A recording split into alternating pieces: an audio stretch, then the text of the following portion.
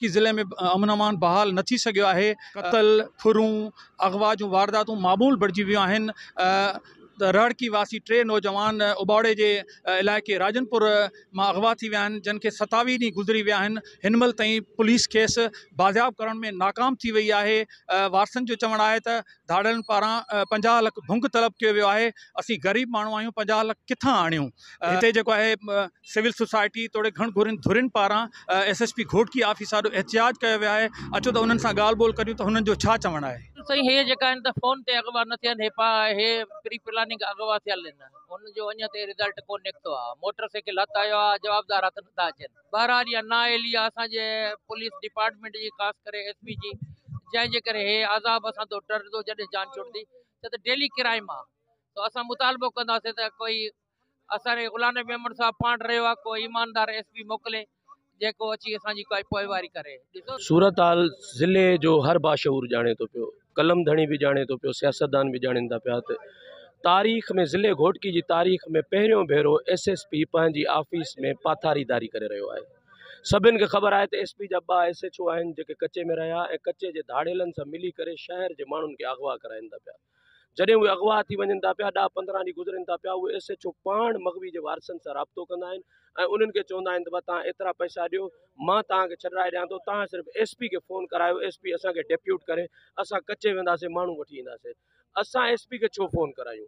SP public जो नौकर आहे न, SP हिफ़ाज़त लाइ मामूर थियल आहे। असां SP खे छो फ़ोन करायूं या असां छो पैसा ॾियूं? करप्ट तरीन SSP आहे ऐं उन जी टीम करप्ट तरीन आहे। जेकॾहिं SP मग़वी बाज़ियाब कराइण में हाणे नाकाम वियो त असांजो जेको अॻियों स्टेप आहे उहो हिकिड़ो दिलेर, बेबाक ऐं ज़िले घोटकी में रही वियो आहे SP, उन हाणोके IG जी ऑफिस जे ॿाहिरियां क़ुरान शरीफ़ खणी वारिस जेको आहे उहे वेही रहंदा, एसिते ताईं कोन उथंदा जेसिते ताईं मग़वी बाज़ियाब न थींदा। ॾींहं गुज़रण बावजूदि जेके अगवा आहिनि सुमरा बिरादरी जा ऐं समझा बिरादरी जा छोकिरा, त असां सम्झूं था पिया त उन में भाङे व्यवहार पुलिस आहे, SSP भाङे व्यवहार मिलत आहे। हिन वटि सॼो सिस्टम लॻल आहे, ट्रेसिंग सिस्टम आहे, हिन खे ख़बर आहे थी माण्हू किथे आहिनि, कंहिं अगवा कया आहिनि, सभु ख़बर आहे। उनजे बावजूदि बि उहो अगवा जेके थियल माण्हू आहिनि उनखे आज़ादु नथो कराए सघे पियो। असां सम्झूं त भई भाङे व्यवहार आहे।